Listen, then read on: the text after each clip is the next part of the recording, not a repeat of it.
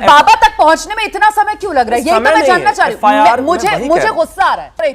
उस बाबा पर हाथ ना डाला जाए जिस बाबा ने वो सेवादार नियुक्त किए थे। गजब का तर्क आप दे रहे हैं सर। सेवादारों को पकड़ लीजिए, सेवादारों को पकड़कर आप इंसाफ कर पाएंगे? आप डर रहे हैं क्या हाथरस पर बात करने से?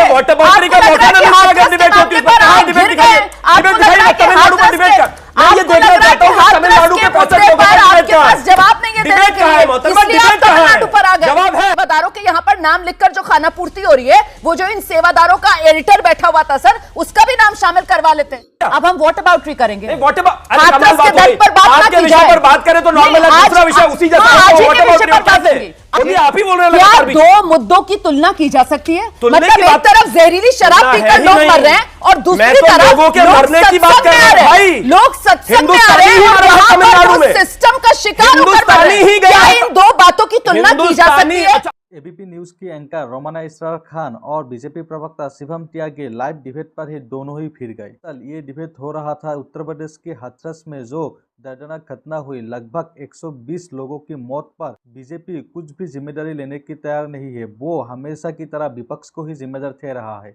जो बाबा के कारण इतना बड़ा घटना हुई, उस बाबा का ही नाम एफआईआर पर नहीं है। इसी मुद्दे पर जब रोमाना इसरार खान बीजेपी प्रवक्ता से सवाल करती है, तब कैसे बीजेपी प्रवक्ता उसके ऊपर ही फर्क जाते हैं। बीजेपी प्रवक्ता से अगर कोई भी एंकर सवाल करे तो वो एंकर ही बुरा होता है। और कांग्रेस के प्रखर प्रवक्ता सुरेंद्र सिंह राजपूत ने शिवम त्यागी की लाइव डिबेट पर ही लगाई क्लास। देखिए इस वीडियो में कि जो एफआईआर दर्ज हुई है, उस एफआईआर में भोले बाबा का नाम नहीं है।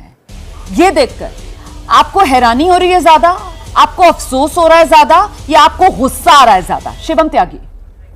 नहीं, मुझे लगता है कि इस बात को जो है पूछा भी गया था, प्रदेश के मुख्यमंत्री जी से प्रेस कॉन्फ्रेंस में पूछा गया। उन्होंने कहा कि सबसे पहले जो है इम्पॉर्टेंट ये है कि जिन लोगों ने परमिशन के लिए एप्लीकेशन दी थी इस क्षेत्र के लिए, उन लोगों के नाम एफआईआर करके चीज़ों को आगे बढ़ाया गया है और इसके बाद इसका दायरा बढ़ाया जाएगा। पहली जो प्राथमिकता है और पहली जो एफआईआर का क्राइटेरिया वो वही है कि जिन लोगों ने उस आयोजन को करने के लिए परमिशन मांगी थी, उन लोगों के नाम हमने एफआईआर करके उनको बुलाना, उनको इन्वेस्टिगेट करना और उसके हिसाब से ही आगे जांच को बढ़ाने के लिए। वो मुख्य सेवादार मधुकर की बात कर रहे हैं आप? वो जितने भी लोग उसमें एफआईआर में संलग्न हैं, उन सभी की बात कर रहे हैं कि उन लोगों ने बाबा से ही जुड़े हुए लोग हैं ना? बिल्कुल, बाबा से जुड़े हुए लोग हैं। तो फिर बाबा तक पहुंचने में इतना समय क्यों लग रहा है? यही तो मैं जानना चाह रही हूँ। मुझे गुस्सा आ रहा है।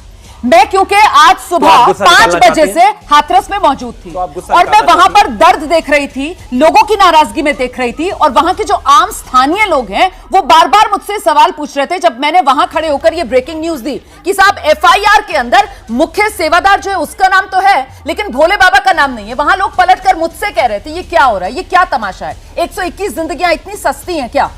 किसने कहा इतनी सस्ती है? और अगर आपको गुस्सा निकालना है, पहले आप गुस्सा निकाल लीजिए, कहीं कोई दो राय नहीं है, बिल्कुल निकाल लीजिए गुस्सा। अगर आपको उस निकालने से थोड़ी शांति मिलती है, मैं कहता हूं ठीक है, स्वागत है आपका। लेकिन सच्चाई यह है कि जिन लोगों ने वहां पर कार्यक्रम की परमिशन मांगी थी, वो सारे लोगों का नाम वहां पर उस एफआईआर में है और उस एफआईआर का दायरा बढ़ाया जाएगा। प्रदेश के मुख्यमंत्री ने कहा है कि हम किसी को बख्शने वाले नहीं हैं, चाहे वो बाबा सूरजपाल हो, चाहे उसके आसपास हो। हमने ऑलरेडी उनके खिलाफ एफआईआर दर्ज करके उनसे पूछताछ करनी शुरू कर दी है। हमें किसी से नहीं वो है, एफआईआर में नाम आ जाए या कल आए, उससे कोई किसी का कुछ नहीं बदलने वाला है। लेकिन विषय साफ है, बख्शा कोई नहीं जाएगा। ठीक है, मुझे गुस्सा इसलिए आ रहा है क्योंकि जिन लोगों के नाम है आयोजक, आप जो कह रहे हैं कि साहब जिन्होंने परमिशन ली, वो लोग आसमान से नहीं टपके ना। मतलब दुनिया जान रही है कि वो लोग कौन है। मैंने कहा आसमान से टपके? वही बाबा से जुड़े हुए। सरकार ने कहा आसमान से टपके, किसने कहा आसमान से टपके? लेकिन बावजूद इसके बाबा का नाम नहीं है। क्योंकि पहली प्राथमिकता यही है। पहली प्राथमिकता यही है कि जिन्होंने आयोजन के लिए एप्लीकेशन दी, उन लोगों को बुलाया जाए। जो प्रक्रिया है उसी के हिसाब से। लेकिन एफआईआर का दायरा बढ़ेगा और एफआईआर में कोई भी हो, चाहे वो बाबा सूरजपाल हो, चाहे कोई भी व्यक्ति, उससे कोई बचकर नहीं जा सकता। बहुत अच्छा लग रहा है मुझे ये जानकर कि किस तरीके से यहाँ पे नियम, कायदे, कानून का पालन हो रहा है। और अच्छा लगता मुझे कि अगर इस टॉपिक पर मुझे डिबेट ही नहीं करनी पड़ती और ये नियम, कायदे, कानून जिस तरीके से एफआईआर दर्ज हो रही है उसी तरीके से कल वहां पर पालन भी कर लिया जाता। जहां इजाजत 80,000 लोगों के पहुंचने की ली गई थी, लेकिन 2.5 लाख लोग पहुंच गए। और जहां वो जो जो स्थल था जहां पर वो सत्संग चल रहा था, उसके सामने बाकायदा 4 लेन चौड़ी जीटी रोड चलती है, वो पूरी की पूरी जीटी रोड ब्लॉक कर रखी थी कि जब वहां पर भगदड़ मची तो लोग इतने बेबस थे कि वो अपनों को अपने कंधों पर उठाकर भी अस्पताल ले जाने में उन्हें कम से कम 1 से 1.5 घंटे की देरी हो गई। तो ये थोड़े से नियम, कायदे, कानून जिस तरीके से एफआईआर के जरिए हो रहा है ना, स्टेप बाय स्टेप, ऐसे स्टेप बाय स्टेप फॉलो कर लिए जाते तो आज ये चर्चा नहीं करनी पड़ती। खैर, अच्छा है सुरेंद्र राजपूत जी, कल नहीं पर आज तो कम से कम स्टेप बाय स्टेप कानून का पालन हो रहा है। एफआईआर में फिलहाल भोले बाबा का नाम नहीं है। सुरेंद्र राजपूत, क्या कहूं मैं, सबसे बड़ी बात तो यह है कि भारतीय जनता पार्टी के लोग स्टेप बाय स्टेप अपराधियों को शरण देते हैं। पहले कहते हैं कि ऐसा करना है, वैसा करना है, फिर कहते हैं कि प्रशासन को बचाना है, फिर कहते हैं शासन को बचाना है, फिर कहते हैं मुख्यमंत्री को बचाना है। हम तो छोटी छोटी 2-3 चीज़ें कहते हैं। पहली चीज़ तो मैं बहुत स्पष्ट बता दूं कि जो लोग ये कहते हैं राजनीति हो रही है या राजनीति, बिल्कुल राजनीति होगी। इस पर क्यों नहीं होगी राजनीति? राजनीति इसलिए होगी कि प्रशासन की जो रवैया है, ढीला ढाला रवैया है, उससे मृतकों को और उसके परिवार वालों को और जो घायल लोग हैं उनको सहारा मिल सके। इसके लिए क्यों नहीं राजनीति? इन्होंने तो कह दिया 2 लाख रुपए मिलेंगे, हम कहते हैं 50 लाख रुपए दीजिए। एक बात। दूसरी बात, क्या राजनीति इस पर नहीं होगी कि आप 5 मिनट के लिए किसी सड़क को बंद करने के लिए तो पूरे देश में हंगामा कट जाता है, यहां 1-1, 1.5 दिन के लिए, 2-2 दिन के लिए सड़कें बंद की जाती हैं। अगर वो सड़क जीटी रोड बंद नहीं होती तो आज की डेट में इतने मृतक नहीं होते, नंबर 1। नंबर 2, उस भोले बाबा को तो बहुत स्पष्ट है कि आप स्टेप बाय स्टेप कीजिए या बगैर स्टेप बाय स्टेप कीजिए। पहली बात, जो आदमी आयोजक है, एक बात, जो आदमी वहां पर कथा बांच रहा है, 2 बात, उसके खिलाफ तो प्राथमिकी दिखाई देती है कि क्या नाम आपको एफआईआर करनी है। तीसरी बात, इन्होंने कहा न्यायिक जांच कर देंगे आदरणीय योगी जी ने। हम तो एक चीज कहते हैं कि भाई 2017 से लेकर के 2024 तक आपकी लगातार 7 साल हो गए सरकार को।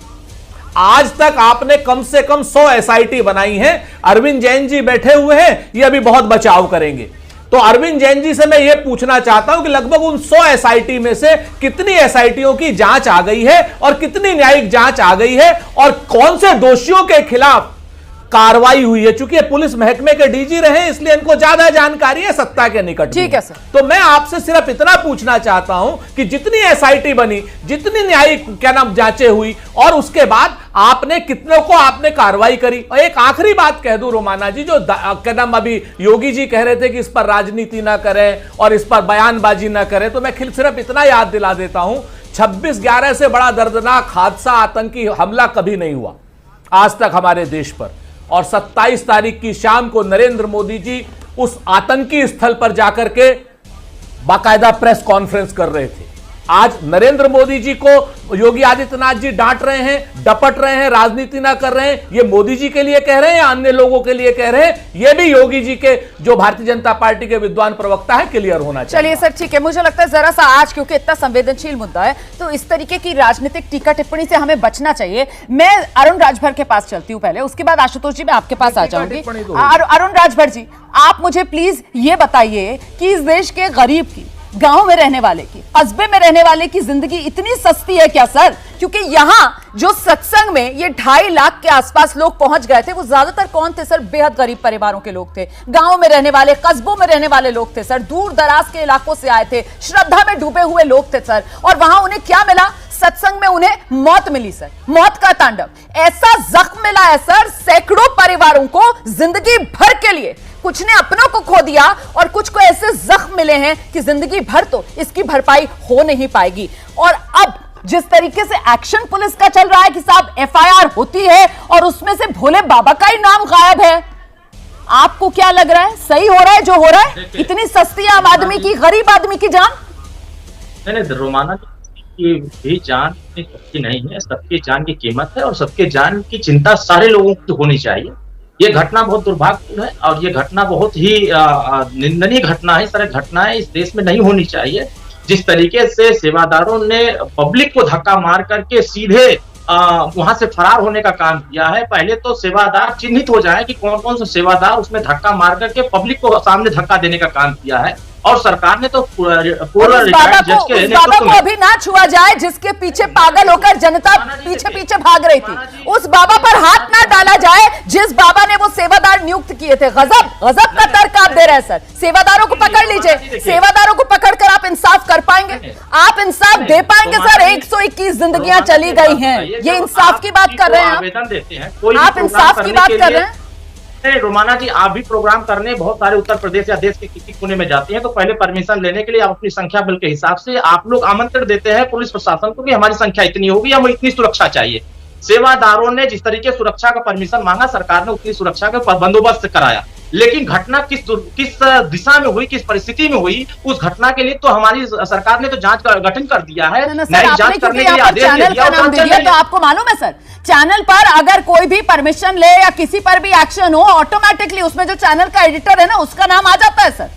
आप मुझे यहाँ पर बैठकर नियम कायदे कानून पढ़ा रहे हैं सर, तो कम से कम ये भी जान लीजिए। तो अगर उसी लॉजिक से जाया जाए सर, तो सेवादारों के यहाँ पर नाम लिखकर जो खाना पूर्ति हो रही है, वो जो इन सेवादारों का एडिटर बैठा हुआ था सर, उसका भी नाम शामिल करवा लेते हैं। और अगर नहीं करवा पाए तो कम से कम गरीबों के लिए सर, गांव और कस्बों में रहने वाले लोगों के लिए आवाज तो उठा लीजिए। अरुण राजभर जी, देश देख रहा है आपको, देश देख रहा है सर आपको। समाज पार्टी गरीब के साथ खड़े हैं, उन पीड़ित परिवारों के साथ खड़े हैं, हम उन गरीब परिवारों के साथ खड़े हैं जो उसमें घायल हुए हैं, जो उसमें निधन जिनका हुआ है। हम मिलकर आए आप लोगों से, आप गए अस्पताल में, घायलों से मिलकर आए बचाने के लिए। बताइए ना, यहाँ तो मीडिया के लोग एक के बाद एक पर्दे खोल रहे हैं बाबा की, लेकिन आप लोग क्या एफआईआर में नाम तक नहीं दर्ज करवा रहे सर? नाम तक एफआईआर में दर्ज नहीं कर पा रहे। पॉइंट तो ये कि इंटेलिजेंस के मामले में ही, मतलब जो बुनियादी चीज थी वहीं पर फेलियर। आपसे 80,000 लोगों के पहुंचने की अनुमति ली जा रही है, वहां 2.5 लाख लोग पहुंच रहे हैं और प्रशासन सो रहा है, मतलब उसे हवा ही नहीं लगी। क्या हो रहा है? पहली चीज जाहिर है, इसमें कहीं कोई दो राय नहीं है कि अगर हादसा हुआ है तो उसकी कहीं ना कहीं जिम्मेदारी है, कहीं ना कहीं दिक्कतें हुई हैं, कहीं ना कोई इस बात को लेकर जिम्मेदार है। 80,000 के परमिशन के बाद सिर्फ इंटरनल नहीं, आउटर एरिया पर भी जो लोग थे उन्हीं के थे। वो अपने सेवादारों की उनके जो खुद के वॉलंटियर्स होते हैं उनकी एक लिस्ट बनाकर उन्होंने दी थी, जिसमें प्रशासन को घुसने भी नहीं दिया जाता और कहा जाता है कि हम इसको मेंटेन करेंगे। बहरहाल, लेकिन बावजूद उसके अगर वहां पर 2.5 लाख लोग पहुंचे हैं और 2.5 लाख लोग पहुंचने के बाद इतना बड़ा हादसा हुआ है, तो यह अपने आप में जांच का ही विषय है। जहां तक बाबा की बात है, मैं फिर से वही कहना चाहता हूं, उसका दायरा घटा नहीं है। राजनीति नहीं करना चाहते लोग, ऐसा कहना चाहते हैं कि राजनीति नहीं होनी चाहिए, राजनीति बिल्कुल नहीं होनी चाहिए। कुछ कह रहे हैं राजनीति होगी। आप मुझे एक चीज बताइए, 65 लोग जहरीली शराब पी के तमिलनाडु में अभी पिछले दिनों हुई जिनकी जान चली गई, उस पर कितनी राजनीति की कांग्रेस वालों ने या फिर कोई किसी और व्यक्ति ने? क्या वो तमिलनाडु इस देश में नहीं है? मैं राजनीति नहीं करना चाहता और मुझे राजनीति करनी भी नहीं है, मैं इसी पर बात करना चाहता हूं। लेकिन कितनी बार, कितना मुआवजा 50 लाख रुपए की मांग की इन लोगों ने, कितनी बार उस सरकार को कटघरे में खड़ा किया, कितनी बार उस बात पर डिबेट भी हुई। क्या तमिलनाडु इस देश का हिस्सा नहीं है? क्या वहां पर मरने वाले 65 लोग इस देश का हिस्सा नहीं है? क्या यहाँ के इस देश के जर्नलिस्टों को उस पर रोना नहीं आता? क्या वहां पर पहुंचकर इस लोगों का दुख नजर नहीं आता क्या? लेकिन नहीं, वहां पर नहीं आएगा, क्योंकि वो तो तुरंत दबा दी जाएगी। खबर क्यों दबा दी जाएगी भाई? कितने डिबेट है? पहली बात मैं एक चीज कहना चाहता हूं, हां, इसमें कहीं कोई दो राय नहीं है, यहां गलती है, यहां प्रशासन पर कहीं ना कहीं एक जो चीज सवालिया निशान लगा है, वो निशान जरूर लगेगा। लेकिन पूछे जरा सुरेंद्र राजपूत से, कितनी बार ट्वीट किया इन्होंने तमिलनाडु को लेकर और कितने लोगों के लिए मुआवजे की मांग की? पूछे जरा आशुतोष से, इनके नेता जब यहां पर बैठकर इसी धार्मिक गैदरिंग में, जिस धार्मिक गैदरिंग का ये ज्ञान मुझे दे रहे हैं कि धार्मिक गैदरिंग में 80 से 90% जो है स्टैम्पीड की घटनाएं होती है, ये बैठे अखिलेश यादव कहते वो बाबा जी ने बारिश रोक दी आज। ये अखिलेश यादव का बयान है इन्हीं बाबा जी को लेकर कि ये बाबा जी ने, वो तो शुक्र है आज बारिश रोक दी, सूरज निकल आया, बाबा जी रोक देते तो जाने से पहले भी एक बार सोच लिया करो।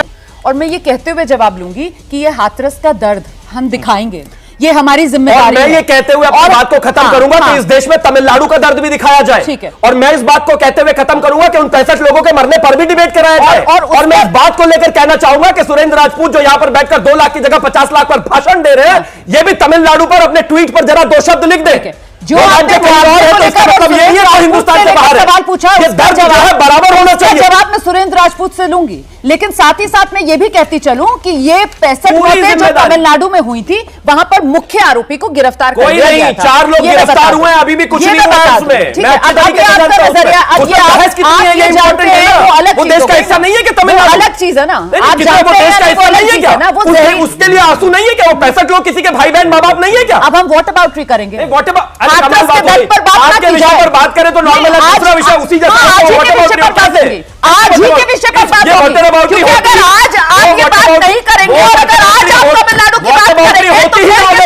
उस पर? पूछा जाएगा व्हाट अबाउट नहीं होती, व्हाट अबाउट नहीं होती उस पर अगर इसी तरह का इमोशन दिखाया जाता तो व्हाट अबाउट का मौका ही नहीं मिलता मुझे। आप डर रहे हैं क्या हाथरस पर बात करने से? मुझे व्हाट अबाउट का मौका नहीं मिलता अगर डिबेट होती है। कहां डिबेट दिखाइए, डिबेट दिखाइए तमिलनाडु पर डिबेट कर। मैं ये देखना चाहता हूं तमिलनाडु के पॉइंट पर आपके पास जवाब नहीं है देने के लिए, इसलिए आप तमिलनाडु पर आ गए। जवाब है, डिबेट दिखाइए ना कहा है तमिलनाडु पर, कौन सी डिबेट है दिखाइए मुझे। नहीं सर, 65 लोग हिंदुस्तानी नहीं है क्या? नहीं नहीं, तमिलनाडु पर डिबेट है क्या? या नहीं की जाए, इमोशन एक जगह निकल आता है दूसरी जगह सूख जाता है, आप नहीं करेंगे। मैं क्या कहता हूं, मुझे सम्मान है, मैं तो सिर्फ इतना कहना चाहता हूं, हाँ। एक देश में एक जगह 65 लोग मरे और दूसरी जगह 100 से ज्यादा लोग मरे, 65 वालों को गायब, मेन स्ट्रीम मीडिया से गायब। क्यों जी?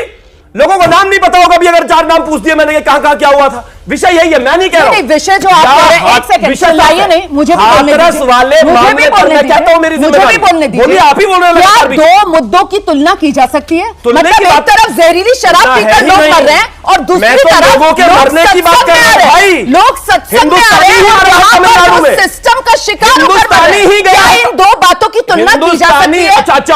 जहरीली शराब में सिस्टम नहीं है। नहीं सर, अगर जहरीली शराब में सिस्टम नहीं है, फिर तो यहाँ जहरीली शराब में सिस्टम नहीं है। इंडिया लैंड की अगर कोई सरकार है तो सिस्टम नहीं है, नहीं हो सकता ऐसे। फिर तो ये दौरा मापदंड नहीं चल सकता, नहीं चल सकता ये दौरा मापदंड, नहीं चल सकता ये दौरा मापदंड। आज की जो खबर है उस पर हम बात करेंगे। हमें समझ में आ रहा है नहीं चल सकते, वही तो प्रॉब्लम है। आपके पास हाथरस को लेकर जवाब नहीं है। जवाब है, बताइए क्या पूछना है, बताइए क्या पूछना है आपको। आपके जवाब नहीं, जवाब है, आपने जो सवाल खड़े बताइए ना क्या जवाब चाहिए आपको, मैं जवाब देता हूं। क्यों जवाब नहीं है?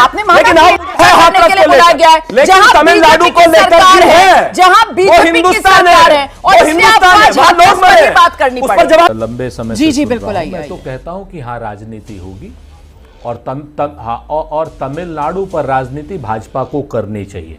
अगर हमने कोई कमी की है, हमने किसी अपराधी को छोड़ा है, तो निश्चित तौर पर भारतीय जनता पार्टी को वहां पर धरना भी देना चाहिए, प्रदर्शन भी करना चाहिए, राजनीतिक बात भी करनी चाहिए और नोएडा के सारे चैनलों के ऊपर किसी जोशी का दबाव भी आना चाहिए कि तमिलनाडु पर बात करो, हुज ट्रेजेडी की भी बात करो, बिहार के पुल गिरने की भी बात करो, उत्तर प्रदेश में जितनी अवैध शराब से मौतें हुई हैं उनकी सबकी बात करिए। क्यों नहीं बात करेंगे? राजस्थान की अब बातें बंद हो गई हैं। पहले राजस्थान में जंगल राज था जब कांग्रेस की सरकार थी, ऐसा भाजपा वाले कहते थे।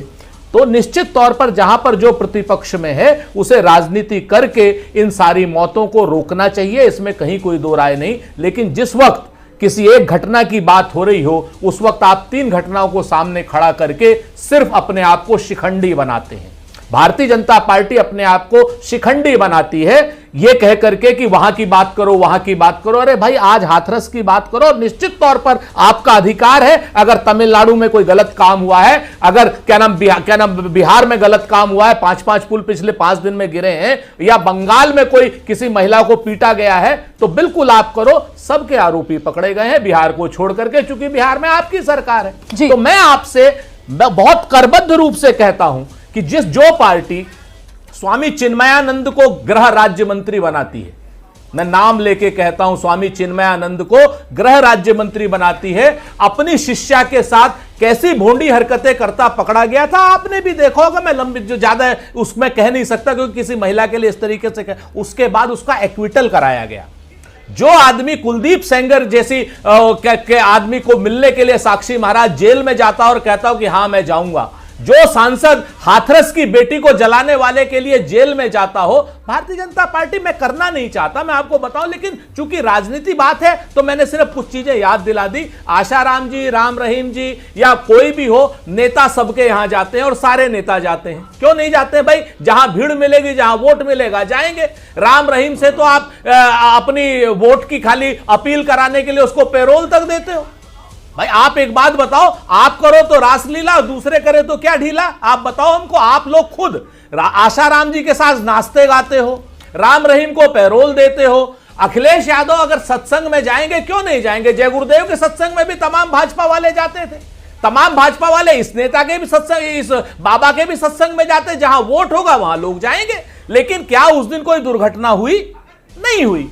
अगर किसी बाबा से कहो कि अरे बाबा आपने तो बारिश रुकवा दी, ये कहना मुझे तो लगता है सर बुनियादी बात यह है कि यहाँ पर अखिलेश यादव बाबा के सत्संग में जा रहे हैं या कोई और पार्टी का नेता बाबा के सत्संग में जा रहा है, वो सब बेमानी हो जाता है। यहाँ मुख्य बात यह है कि ये बाबा जिसके सत्संग में अखिलेश यादव गए, आप खुद ही अगर तस्वीर दिखा रहे हैं, कम से कम उस बाबा का नाम एफआईआर में तो दर्ज करवा लीजिए ना। ये बुनियादी बात है, क्योंकि कम से कम थोड़ा सा मरहम तो लग जाए ना। यही तो बात मैं पीड़ितों आपसे के कहना चाह रहा जख्मों हूं। पर थोड़ा सा मरहम तो लग जाए, जो इस इंतजार में थे कि उन्हें इंसाफ मिलेगा। अभी वो खुदा सा महसूस कर रहे हैं। मतलब बाबा एक तरीके से फरार हो गया, उसके पीछे वहां पर ऐसी भगदड़ और लोग एक के ऊपर एक गिरते चले गए। वहां पर लोगों का दम घुट गया, एक एक सांस के लिए कैसे तड़पे होंगे लोग। महिलाएं हैं, 121 लोगों में से 114 महिलाएं जो वहां पर दम घुटने से मरी, गिरने से मरी, दबने से मरी, छोटे छोटे बच्चे। और फिर आप बदइंतजामी की हद देखिए कि व्यवस्था के नाम पर जीरो, व्यवस्था के नाम पर कुछ नहीं, व्यवस्था के नाम पर नील बटा सन्नाटा। और हम यहां पर क्या कर रहे हैं? हम लकीर के फकीर भी नहीं बन पा रहे हैं। वो बाबा कहां है अब किसी को नहीं पता, वो बाबा कहां है। हम स्टेप बाय स्टेप एफआईआर में आगे बढ़ेंगे। फिलहाल जो मुख्य सेवादार उसी बाबा का था, उसका नाम हमने एफआईआर में दर्ज कर लिया, लेकिन बाबा कहां है? हम तस्वीर दिखाएंगे बस शिवम त्यागी की। ये देखिए अखिलेश यादव के साथ इस बाबा की। आप लोगों ने वीडियो देखा, वीडियो कैसा लगा नीचे कमेंट करके जरूर लिखिएगा। और रोमाना इसरार खान की कौन सा सवाल या शिवम त्यागी की कौन सा जवाब आप सबको अच्छा लगा नीचे कमेंट करके जरूर लिखिएगा। और हाथरस जैसा इतनी बड़े कांड के लिए कौन जिम्मेदार है? क्योंकि सरकार तो कोई जिम्मेदारी लेने की तैयारी नहीं है। सरकार तो छोड़िए, जो लोकल एडमिनिस्ट्रेशन है वो भी अपना जिम्मेदारी से पल्ला झाड़ रहा है। और जो एफआईआर करा है वहाँ पर बाबा की नाम एफआईआर से गायब है। फिलहाल वीडियो देखकर कैसा लगा आप लोग जरूर लिख कर जाइएगा। आज के लिए बस इतना ही था। आप लोगों से मिलते हैं फिर एक नई और दमदार वीडियो के साथ। तब तक के लिए अपनी और अपने परिवार की रखिए ख्याल। मुझे दीजिए इजाज़त। जय हिंद।